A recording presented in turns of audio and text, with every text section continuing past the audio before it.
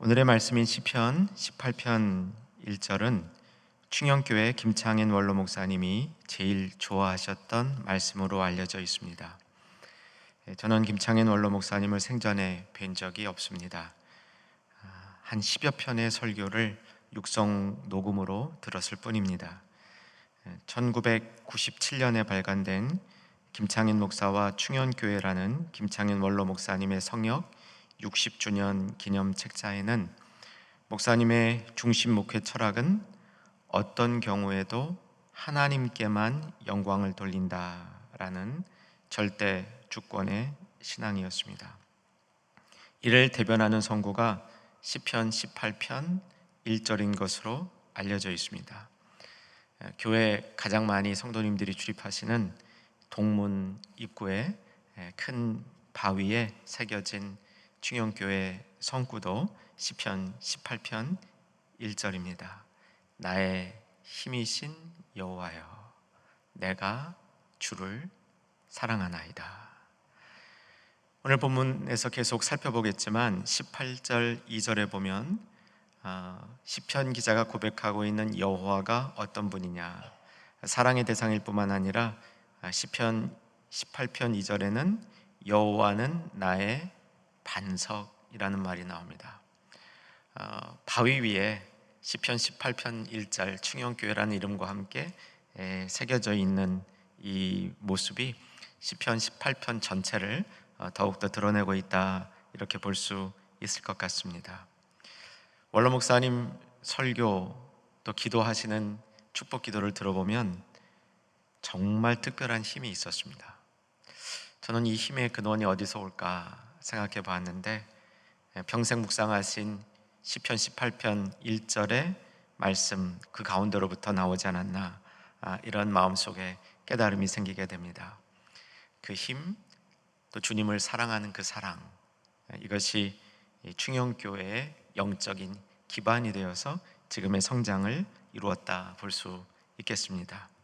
충영교회가 한국교회의 두각을 나타내며 가파른 성장을 이루던 시기는 대한민국이 도약적인 경제 발전을 이루면서 이와 맞물려서 이 땅의 교회들이 급성장하던 시기였습니다.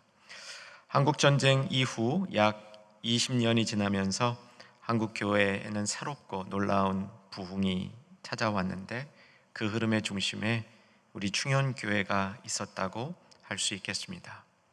이후에 충현교회는 1980년대 중반에 이곳 강남으로 교회를 이전하면서 또 다른 차원의 성장을 이루었습니다. 교회당이 막 설립되었을 때 교회당 주변을 이렇게 전체적으로 찍은, 이렇게 위에서 내려 찍은 항공사진은 아닌 것 같습니다. 그 사진을 이렇게 보면 이 주변에 충현교회당이 압도적인 건물이었고, 이 주변에 좀 높은 건물들이 거의 없는 그러한 다소 왜소한 주거지역 같이 주변이 보여집니다. 그 당시 대부분의 성도님들은 삶의 기반을 마련하기 위하여, 그리고 자녀들을 잘 교육하기 위하여 어려운 가운데도 현실과 전투하듯이 애쓰며 싸우던 삶의 자리에 있었습니다. 성도님들에게 늘 생을 헤쳐갈 힘이 필요하였습니다. 따라서 나의 힘이신 여호와여 라는 고백은 힘이 절실한 성도들의 간절한 기도였고, 오직 여호와께로만 그 힘이 온다는 신앙의 결단이었으며, 실제로 여호와께서 주시는 힘으로 살아가는 것을 경험했던 하루하루 성도들의 삶에 있어서의 실제적 간증이기도 하였습니다. 또한 소용돌이와 같은 삶의 전투 현장에서 지치고 거칠어진 마음을 위로하고 치유하고 빈 마음의 공간을 채울 수 있는 것은 오직 하나님의 사랑뿐이었습니다.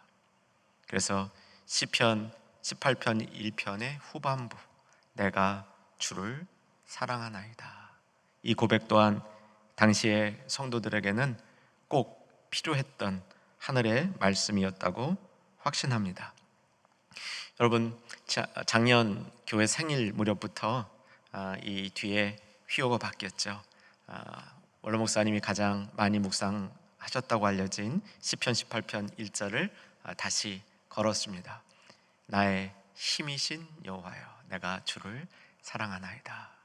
중형 가족들은 교회에 나올 때마다 이 구절을 보게 되어 있습니다. 오늘 신년 두 번째 설교로 이 말씀의 의미를, 과거에 이 말씀이 왜 우리의 영적인 기반이 되었는가 살펴볼 뿐만 아니라 이제 이 말씀이 새로운 우리에게 어떠한 도전과 은혜와 깨달음으로 남아야 되는지 본문을 자세히 살핌으로 이 말씀의 깊이를 우리 속으로 옮겨오는 시간 가져보려고 합니다. 시편 18편에는 다윗이 자신에게 주었던 힘, 그 힘의 근원에 대한 설명이 나오고 있습니다. 여호와는 어떤 의미에서 다윗에게 힘이 되셨을까? 다윗이 깨달은 하나님이 그에게 주신 힘의 이유를 잘 살펴보면 우리 또한 다윗과 같은 경험과 고백을 할 수 있게 될 것입니다. 또한 여호와가 우리의 어떻게 힘이 되어 주신가, 또 이것을 깨달음으로 우리의 여호와에 대한 사랑 고백, 이것을 배워가는 시간 갖기를 원합니다.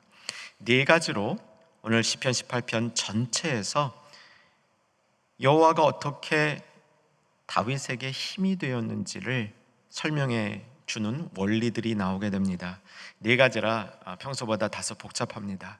우리 사랑하는 중년의 가족들, 하나님의 백성들, 이 시대에 바른 힘을 얻기를 원하는 주의 백성들, 이 말씀에 귀를 기울여서 다윗이 여호와를 자신의 힘으로 고백할 수 있었던 그 원리들을 하나하나 찾음으로 우리도 그 원리에 익숙해지는 시간 되었으면 좋겠습니다. 네 가지라 미리 네 가지를 말씀드리고 하나씩 풀어가도록 하겠습니다. 첫 번째, 다윗이 여호와로부터 얻은 힘은 강력한 보호를 베풀어 주시는 여호와를 경험함으로 힘을 얻었습니다.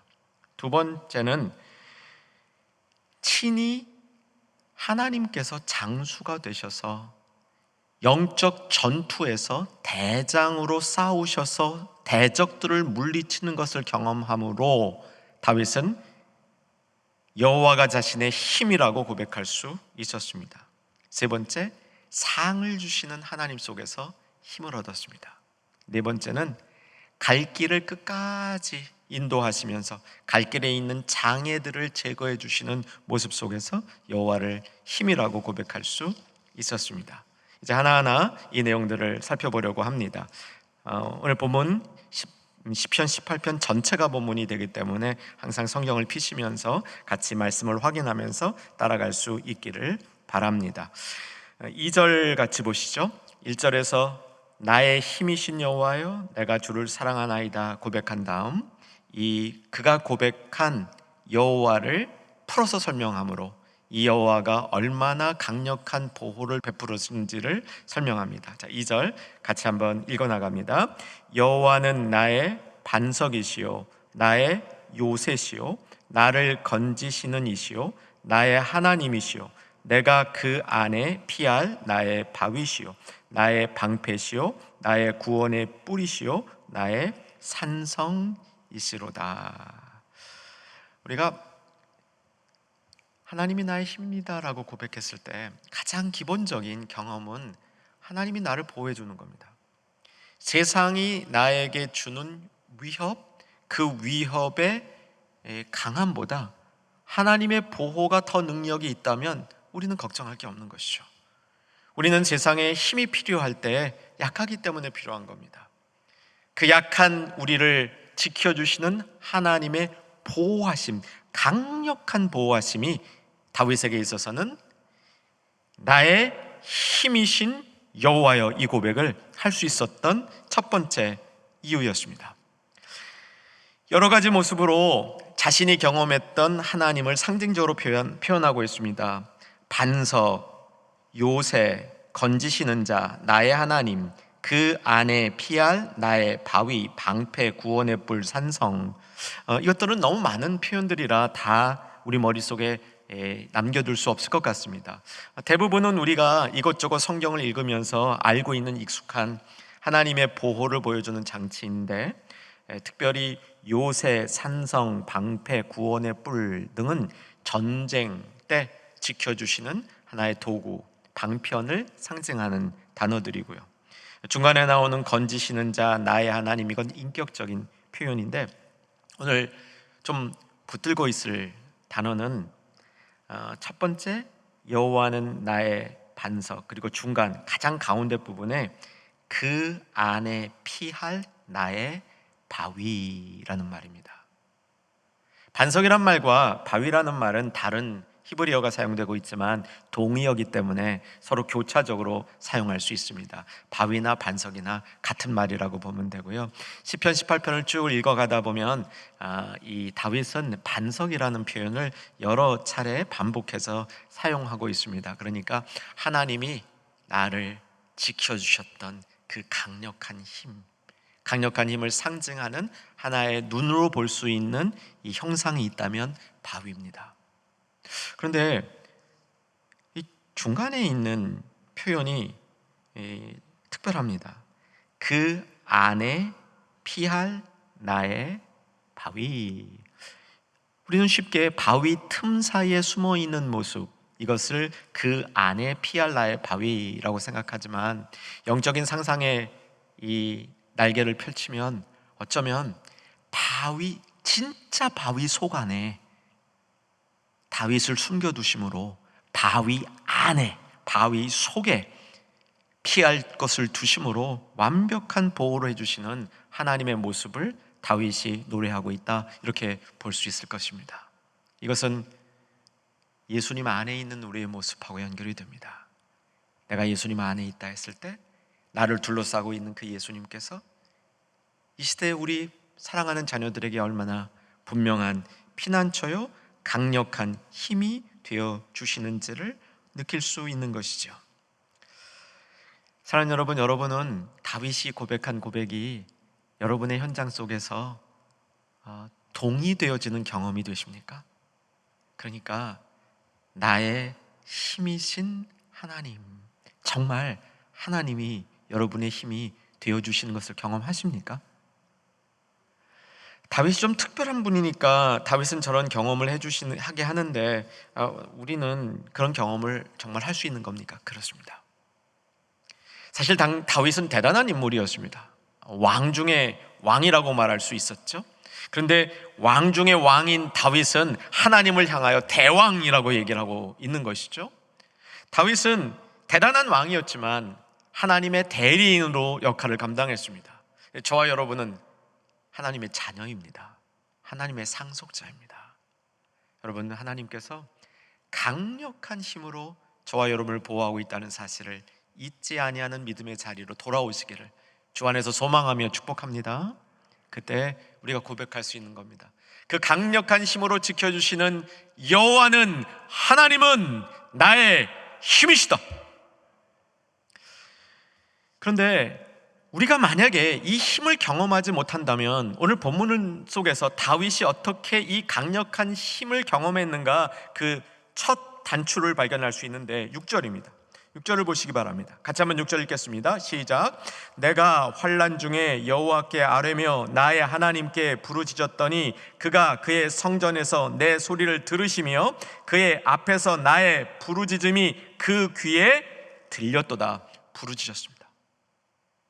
하나님의 강력한 보호를 경험하는 진입로가 부르짖는 겁니다. 어려운 상황에 처했을 때 부르짖지 아니하면 하나님의 강력한 보호하심의 힘을 경험할 수 없다는 사실입니다. 두 번째,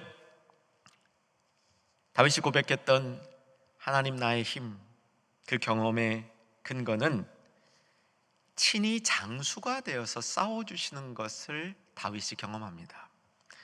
다윗은 많은 전투 현장을 경험하면서 때로는 힘겨운 싸움을 해야 됐고, 또 적지 않은 시간 자신이 적군에 의하여 피해 다니면서 생명을 부지하려고 노력해야 했었습니다. 그런데 가끔씩 다윗은 신기한 경험을 합니다.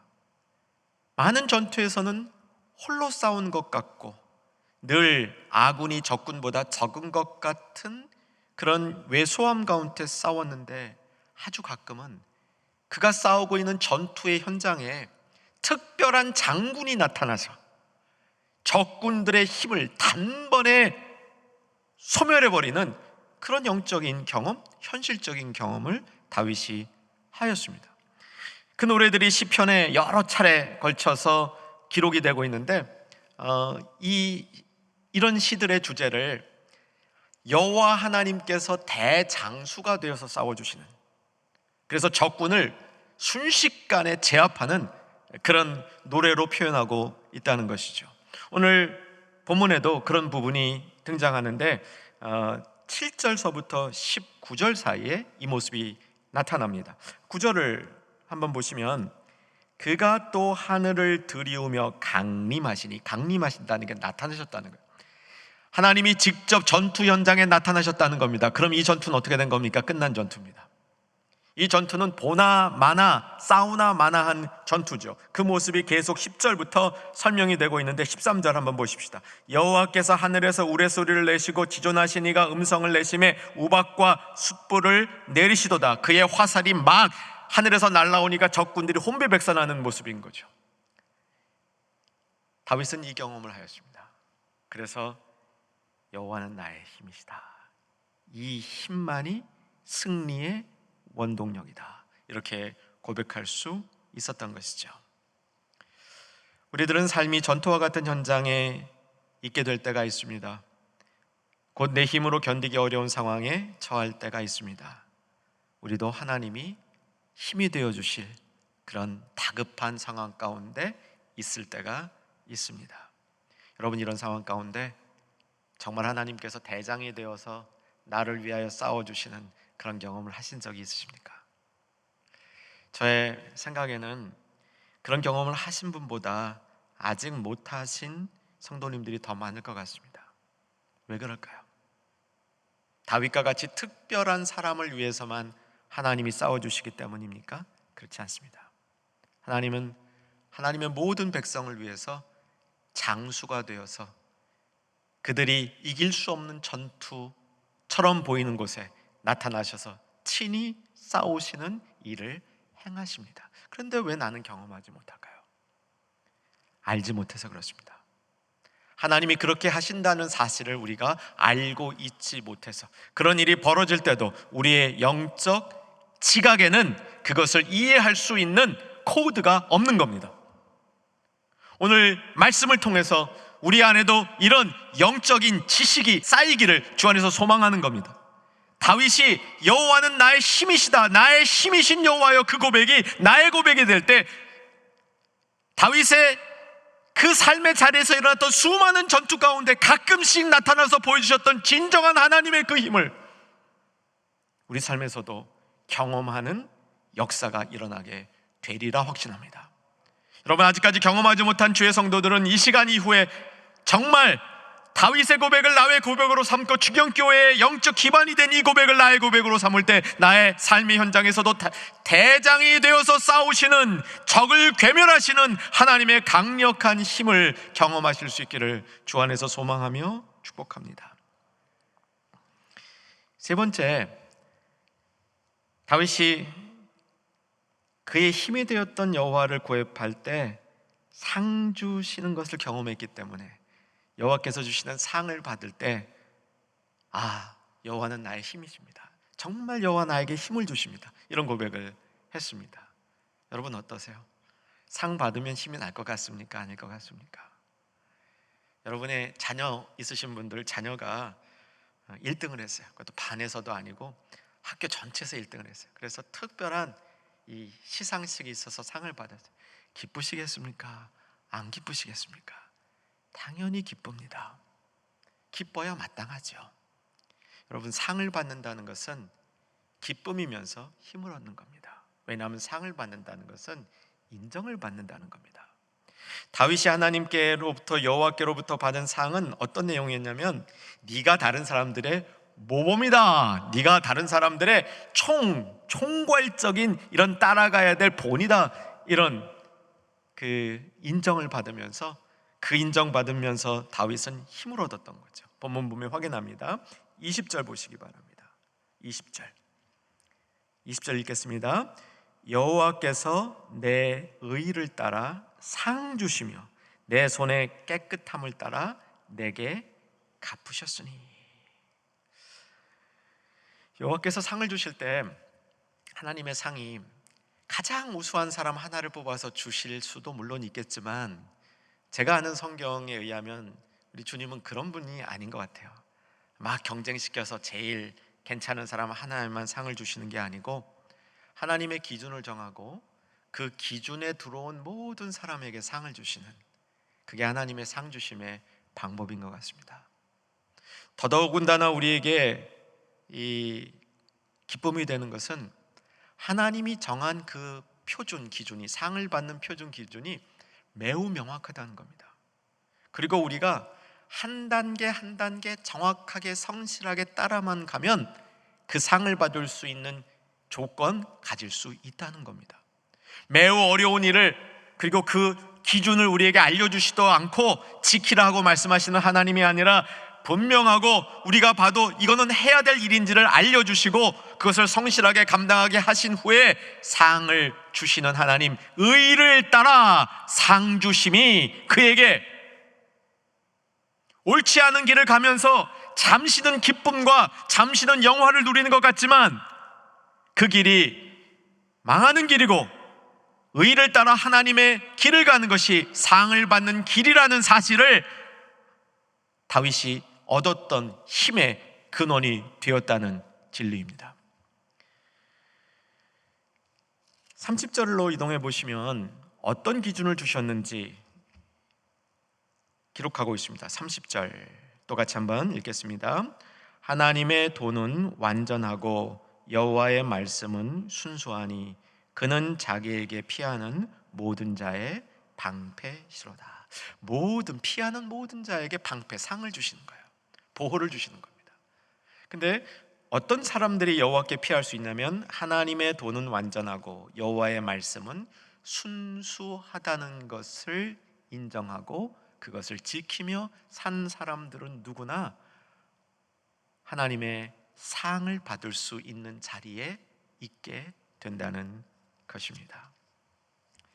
네 번째, 다윗이 힘을 얻었던 근원은 그냥 어떤 한순간에만 하나님이 보호해 주시는 게 아니고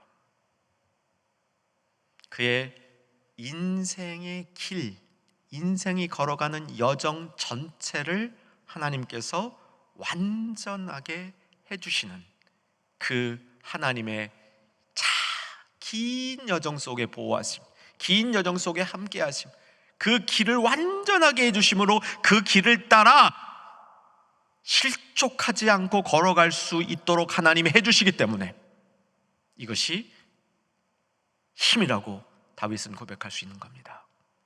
같이 보시기 원합니다. 32절입니다. 32절 똑같이 읽겠습니다. 이 하나님이 힘으로 내게 띠띠우시며 내 길을 완전하게 하시며, 하나님이 힘으로 내게 띠띠우시며, 띠띠운다는 말은 힘을 제공한다는 말의 은유적 표현입니다. 작년 1월에 연초에 특세 때 전신갑주 했죠. 첫 번째 갑주 뭐였습니까? 진리의 허리띠를 띠고 힘을 모은다는 겁니다. 하나님이 띠우신다라는 수동용어로 쓴 것은 힘을 제공하신다 이런 얘기예요. 힘을 제공하시는 하나님, 그러니까 나의 힘이신 여호와여 고백할 수 있는 거 아닙니까? 그 힘이신 여호와여 고백하는 다윗에게 하나님은 띠를 띠우게 하셔서 하나님의 특별한 힘을 다윗에게 공급해 주신다 말씀하신 것이죠. 그 다음과 연결해서 봐야 됩니다. 이 힘이 어떻게 연결되고 있냐면 내 길을 완전하게 하시며, 그 몇 절 더 읽어가면 그러기 때문에 높은 곳에 그 발을 두게 하시고 그 길이 실족하지 않도록 인도해 주시며, 이렇게 표현을 하는 것이죠. 여러분, 길을 완전하게 하신다는 말을 시편 주석가들은 길을 걸어가는 가운데 생기는 길의 여러 가지 장애물들, 길을 가면서 사람이 넘어질 수 있게 하는 요소들, 또 길 밖으로 이탈하게 하는 이런 요소들을 하나님께서 제거해 주심으로 그 길을 끝까지 걸어갈 수 있는 그런 여건을 마련해 주시는 것, 이것이 하나님이 주시는 힘이다 라고 설명합니다. 36절 보시면 내 걸음을 넓게 하셨고, 할렐루야, 동시에 나를 실족하게 하지 않음이시요. 발을 넓게만 벌리면요 실족합니다. 그런데 발을 넓게 벌려서 자신 있게 가는데 그 발이 실족하지 않도록 하나님께서 인도해 주신다. 이렇게 인도해 주시는 하나님의 보호하심이 다윗에게 힘이 되었다라고 설명을 하고 있습니다. 여러분, 우린 하나님이 나의 힘이 되어 주신다 이런 말씀을 들을 때 1차적으로 하나님이 특별한 에너지를 우리에게 공급해 주신다 이렇게 이해하는 거 맞습니다. 옳습니다. 이사야서 40장 28절에서 31절 유명한 구절이죠. 한번 같이 봤으면 좋겠는데, 이사야서 40장 28절에서 31절. 너는 알지 못하느냐, 듣지 못하였느냐, 영원하신 하나님 여호와 땅끝까지 창조하시는 이는 피곤하지 않으시며 곤비하지 않으시며 명철이 한이 없으시며 피곤한 자에게는 능력을 주시며 무능한 자에게는 힘을 더하시나니 소년이라도 피곤하며 곤비하며 장정이라도 넘어지며 쓰러지되. 우리가 잘 아는 구절이 나옵니다. 한번 같이 크게 읽으십시다. 오직 여호와를 앙망하는 자는 새 힘을 얻으리니 독수리가 날개치며 올라감 같을 것이요 다른 박질하여도 곤비하지 아니하겠고 걸어가도 피곤하지 아니하리로다.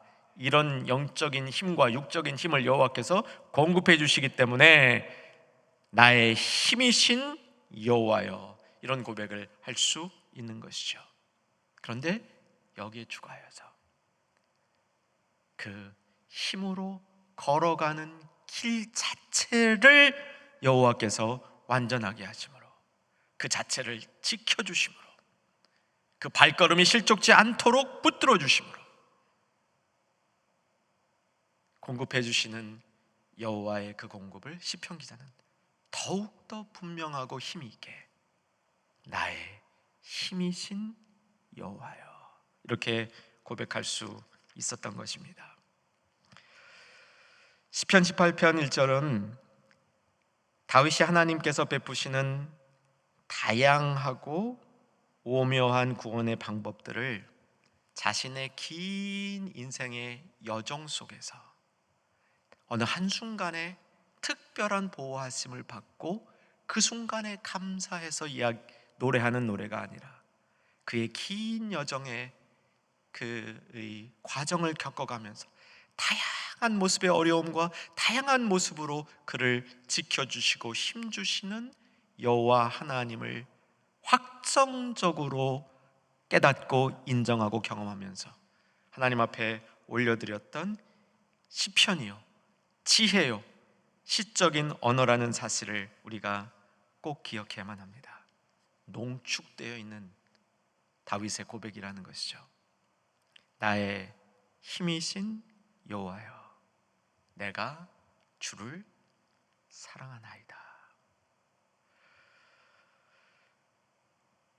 나의 힘이신 여호와 앞에 그 힘의 공급이 시편의 18편을 통해서 네 가지 모습으로 쭉 되어 있는 것을 살펴보았습니다. 가능한 이 기억을 우리 마음속에 오래 담아 주시기를 부탁합니다. 강력한 보호의 이 이미지들, 특별히 그 안에 피할 나의 바위라, 반석이라, 전쟁할 때 갑자기 나타나서 직접 나타나셔서 친히 대적의 원수들과 싸우시는 그 하나님 속에서 찾은 힘, 그리고 상주심의 위로 가운데 얻은 힘, 자신의 길을 오랜 기간 동안, 평생 기간 동안 이끌어 주시면서 변함없이 실족하지 않도록 그 길을 보호해 주시는 하나님의 힘, 이런 것들이, 이런 경험들이 집약하여서 나의 힘이신 여호와여. 그렇기 때문에 그 다음에 나오는 고백 또한 힘이라는 고백과 잘 어우러져서 우리에게 또 다른 힘을 공급해 주는 고백이 되는 겁니다. 내가 주를 사랑하나이다. 사실 원어적으로 보면요, 내가 주를 사랑하나이다가 먼저 나옵니다. 내가 주를 사랑하나이다. 여호와여 나의 힘이여. 이렇게 고백하고 있는 겁니다. 그런데 나의 힘이신 여호와여 내가 주를 사랑하나이다. 이것도 멋진 번역이 되는 것 같아요. 여기서 사랑하다는 단어가 좀 특이합니다. 이 단어는 라함이라는 히브리어인데 사람이 하나님을 사랑한다 할 때 쓰지 않는 표현입니다. 하나님이 인간을 사랑한다 할 때 쓰는 표현입니다. 근데 왜 이 자리에서 다윗은 인간인 주제에 하나님을 사랑합니다라는 표현을 감히 하나님이 인간을 사랑한다 할 때 그런 단어로 썼을까요? 이 사랑한다는 표현의 기본 꼴은 하나님이 인간을 사랑하는데 어떻게 사랑하냐면 엄마가 막 아기를 낳고 갓난 아기를 보면서 엄마가 이 갓난 아기에게 느끼는 애정의 사랑, 이 아기를 돌보고 이 아기를 지켜주고 이 아기에게 있는 거 다 주고 싶은 엄마의 그 사랑을 표현하는 사랑이라고 성경학자들이 해석을 합니다. 근데 다윗은 왜 이 표현을 자신이 하나님을 사랑하는데 썼을까요? 아마도 하나님께서 자신을 사랑하는 그 사랑에 대한 반응으로 내가 사랑합니다, 이것을 고백하기 위함인 것 같습니다. 내가 주를 사랑합니다. 내가 주께로부터 받은 엄청난 사랑을 기반으로 이것에 반응해서 내가 주님을 사랑합니다. 그렇지 않으면 내가라는 말을 감히 쓸 수 없을 것 같아요. 내가 주를 받은 사랑 그대로 사랑합니다. 어린아이 같이 아무 능력이 없을 때, 그저 찡얼거리기만 할 때, 자기를 보호하는 아무 수단이 없을 때, 그때 엄마가 전폭적으로 아이를 사랑했던 그 사랑을 받은 제가 사랑을 주신 주님을 사랑으로 응답합니다 라는 것이 이 사랑의 표현이라고 볼 수 있겠습니다. 이제 말씀을 맺습니다. 사랑하는 충현의 가족 여러분, 하나님의 백성들이요, 이 땅을 살아가는 데 힘이 필요합니다. 우리는 그 힘을 어디에서 얻을 수 있을까요? 다윗의 고백에 우리의 지혜를 모으십시다. 나의 힘이신 여호와여, 하나님이 나의 힘입니다. 나는 그 하나님이 주시는 힘이 필요합니다. 하나님이 힘을 주시는 근거는 너무나 다양했습니다. 결론은 우리는 그 힘을 얻을 수 있는 하나님이 부여한 사랑의 대상입니다. 그래서 우리는 그 힘을 받을 수 있습니다. 이제 그 힘을 받을 수 있는 우리가 그 힘을 사용하기 위해서 다윗과 같은 고백을 드려야 할 줄로 압니다. 내가 주를 사랑합니다. 내가 주를 사랑하는 그 사랑이 나를 사랑하시는 하나님에 대한 사랑을 깊이 깨달은 그 경험이 다시 한번 나의 힘이 되기를 주의 이름으로 축원합니다.